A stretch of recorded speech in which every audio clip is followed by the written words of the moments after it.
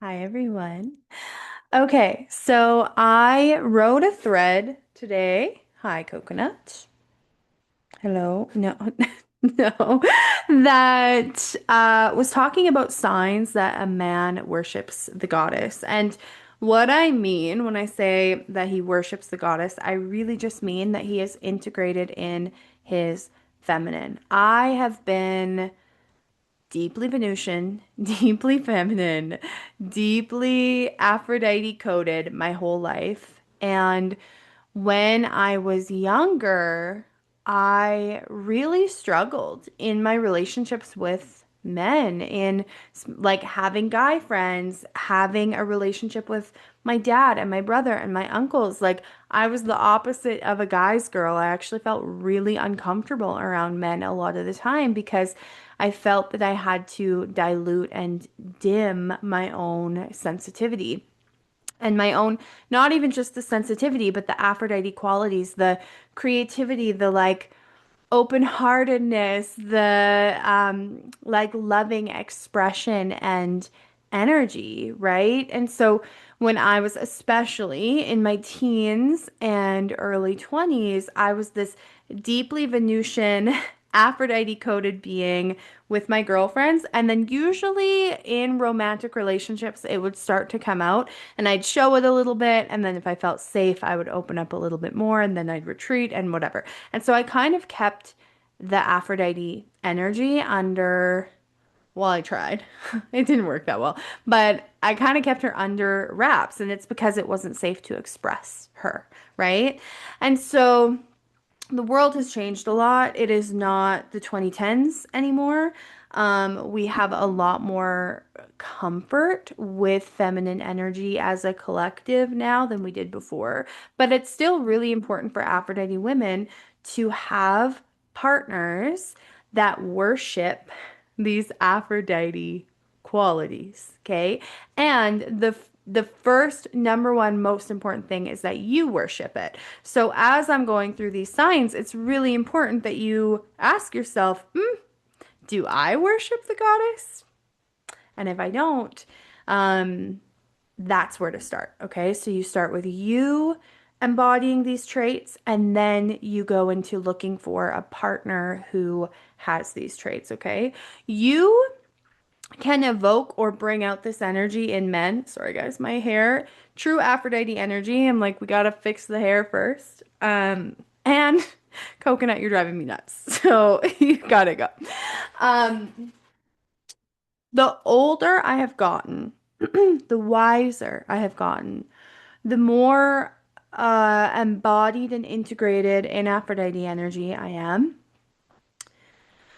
the more I can evoke this energy in people who where it feels foreign to them. And so I still personally only date men who love that I'm a feminine being. Like I wouldn't date a man that doesn't have a level of reverence and respect for the way that I show up and who doesn't see it as a strength and doesn't see it as something that is complementary to the way that he operates. But that doesn't mean I'm not doing the thing that I used to do, which was hiding. I'm really not doing that. I show up pretty Venusian in most spaces, and if I can't be myself in a space, I just don't go back there. Or my like Gemini Sag energy comes out and then I get a little saucy. So that happens too. But here are some signs that he worships the goddess.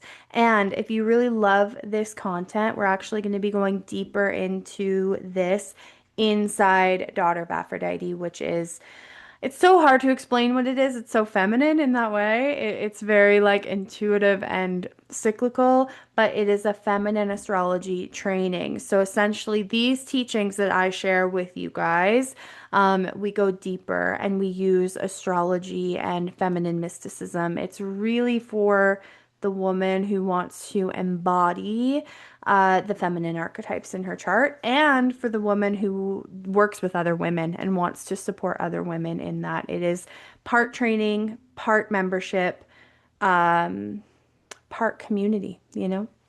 Okay, so signs he worships the goddess. The first one is you'll notice that he has a comfort level with your own softness and your own vulnerability. I actually have always had this little test that I do. And when I was younger, it was really subconscious. I didn't recognize I was doing it. Now I can see it for the wisdom that it is. I will be softer than usual, more vulnerable than usual, and more receptive than usual with a man when I'm first trying to date him or getting to know him to see how he responds. Because someone who has a disconnection from the feminine, and again, I'm using like very black and white language here. The feminine is everything. The feminine is not just softness, but softness is one facet of the feminine. We see her through the Persephone archetype, through elements of the Aphrodite archetype, through the Psyche archetype, and even through the mother archetype. And so I will express that. I will express and show a more soft, vulnerable side of me and see kind of how he dances with it. What I found is that men who are really integrated with their own feminine, they like it, but they also honor it and respect it. So I have had men in my past who see my vulnerability as a weakness and then they push against it and try to either make me tougher and stronger because that's what they value or that's what they think is going to keep me safe. Sometimes that comes from a place of love. It's not always aggressive behavior, right?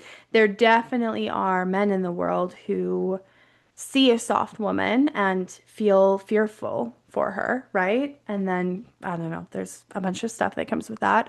But I've just found that men who are really integrated in the feminine, meet your softness with softness and they hold it with care and respect. Men who haven't integrated their own feminine, and we don't want to demonize this, or unless it is like sometimes this can obviously go so far into predator behavior, but men who haven't integrated their feminine will see it as a weakness. They will, if they are predators, try to take advantage of it. You'll get that like, what's the word? Like contempt. You'll get contempt energy from them, right?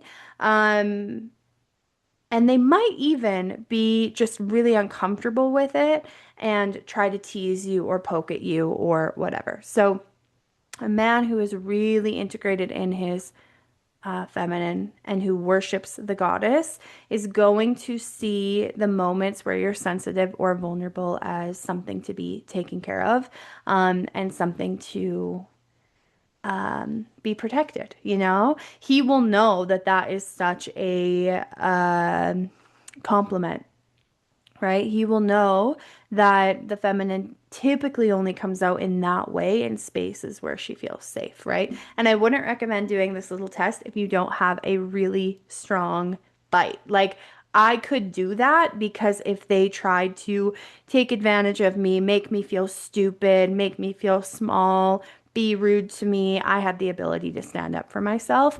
So there was safety in me doing that. I wouldn't recommend doing that if you don't have that ability. Okay. Um, the next one is that he has a capacity to feel his own feelings. He might not like, um, a masculine being is going to approach emotion very different than you.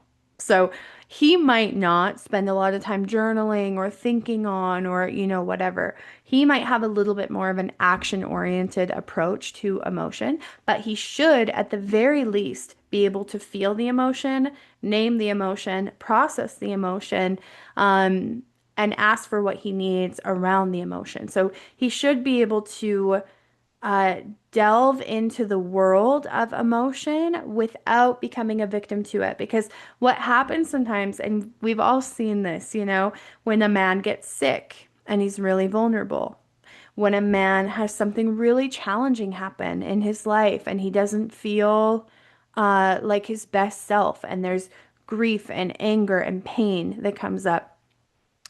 When those things happen and a man hasn't really like met the goddess, he hasn't been integrated in the feminine, he doesn't have a relationship with this aspect of himself, those emotions are so overwhelming. They engulf him because he hasn't felt them. He hasn't like sat with them ever. And so it's like it threatens to take him over. And so that's where sometimes you'll get men who actually swing really far and go into the victim mindset where they can't really get out of it and where they just feel really, really hard done by. And they don't know how to change it. And so the healthy, integrated masculine is going to have a relationship with his emotions, but he won't necessarily always, he's still human, but he won't necessarily always allow that to engulf him or overwhelm him. Okay. Another sign is that he has reverence for sensuality and sexuality. So there's something called the Madonna whore split, right? Or the Madonna whore complex. And pretty much all of us are guilty of being under the influence of this because it is such a huge part of society and the way that we categorize women and womanhood. There is the divine mother, the wife, the good girl, the girl you take home to meet mom, right? That's, we have that. The Madonna. And then we have the whore, right? She's sexy, she's hot, she's not the girl you take home to mom. Um, she's usually tapped into her sensuality. She's wild, she's free-spirited, she's erotic, she's all of these things. And so most women feel like they have to choose between one or the other, or if they have a hard time choosing between the two, they will be one out in public and one at home, right? Lady in the streets and a freak in the sheets, that energy. The integrated woman, the healthy Aphrodite woman, is both. She is the mother and the whore. She is the, divine feminine, the sacred feminine, and maybe the profane feminine. And so, as women, we have to do work around this too, of integrating both sides. What you'll notice with men who have a real relationship with the feminine is they are not threatened by female sexuality and sensuality. They don't see this side of you that is erotic and alive and full of desire. They don't see that as a threat to them, right? So they're going to be a lot more comfortable with a woman expressing her sensuality. And they're going to be able to be in witness of that sensuality without objectification. Um, they're not going to all of a sudden not see you as a human being because now they see you as a sexual being. They understand that sexuality and sensuality is part of humanity. It's part of the way that we express our humanity. So, you're not going to get that really intense, lustful, objectifying energy from them. You're also not going to get where they totally shut down around it and they don't know what to do and they feel kind of turned off by it either. You're going to get a man who is very appreciative, very, I don't even want to say accepting because it's not even about that. It's like in awe of in awe of the sensuality and the eroticism of a safe, divine, feminine woman. Okay. Um, Something else you'll notice is that there's a protective energy towards women, children, animals, and vulnerable populations. So again, it kind of goes back to that original piece where they don't see vulnerability as weakness, they see it as something to protect. And this is usually a man who has, connected to his inner feminine, connected to his inner child, right? And who has done at least a certain amount of work to develop empathy, right? Some men are born with empathy, and again, or more levels of empathy. We're going to go into that a little bit more inside Daughter of Aphrodite. But there is a respect for the vulnerable inside certain populations, especially kids. Like it's a pretty red flag, personally, for me, if a man is not gentle with children. Just tells you a lot, whether he wants to have kids or not. Um, Usually, a man who has an integrated feminine will have some type of creative outlet or hobby, or at least will have a relationship with that. It might not be something that he prioritizes all the time, but there will be some type of relationship with that. So, and it can still look traditionally masculine, right? It can be like woodworking or even like mechanics, like fixing old cars, things like that. There's still a creative element there. And it definitely can be like dancing, singing, playing guitar, whatever. There's like infinite ways to express the creativity of the divine. Even a lot of male CEOs and business owners, like they get their creative needs met through business and through work. And so there'll be a comfort level with that. Another piece is that they're not afraid of rest and they're not afraid of pleasure. So this is going to be a person or a man who isn't going to judge you for sleeping, for napping, for slowing down, for being a cyclical being. This is a man that isn't going to force you to push through when you're uncomfortable with something. It's a man who he might have that standard for himself, right? He might push through, but he has at least a level of understanding of why someone wouldn't, and enough of a relationship with the feminine that rest doesn't feel dangerous. Okay. And pleasure doesn't feel dangerous. So you'll also notice with men who have a relationship with the feminine, they have an ability to receive. They can receive compliments, they can receive help, they can receive advice. Okay. A man who is really integrated in his own feminine sees the feminine as a leader, as an oracle, as someone who's worthy of being listened to, right? He's not going to be afraid to take a woman's advice if he respects her, if he cares about her, if he loves her. And so there is an ability to receive from other people. And so this is where life is so challenging for people who don't have a relationship with the feminine, for regardless of gender. If you don't have a relationship with the feminine, it's really hard to trust people, to rely on people, and to ask for support and guidance. You will know, especially if a man is integrated in his feminine, if he can ask for help, let alone just receive it. There's also an ability to receive pleasure, to give pleasure. Okay, pleasure is the domain of the feminine. So, in order for a man to be fully present in pleasurable moments, he needs to have a relationship with his own inner Venus, right? Um, and there's just a capacity there to slow down too, to know when is time to slow down and when is time to push. A man who is always feeling like he has to go and go and go and go and go and go and go and prove something usually is not connected to himself, or he's connected to certain aspects, but he's missing other aspects. Okay. Okay, I just want to check my notes and see if I'm missing anything. And by my notes, I'm checking that thread. That's what I mean. Hmm.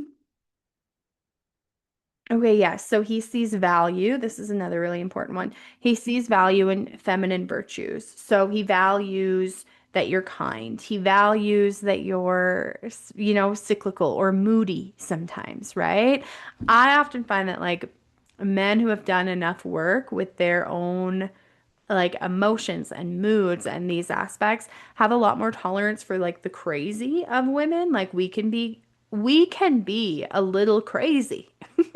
We can be a little batshit. And I find that men who have a strong connection to themselves in this way have a little bit more tolerance for that. But they also value beauty and magnetism and love. This is going to be someone who, if you take the time to make your home, like make your house feel like a home. He will value that and he'll say like, thank you so much for doing that.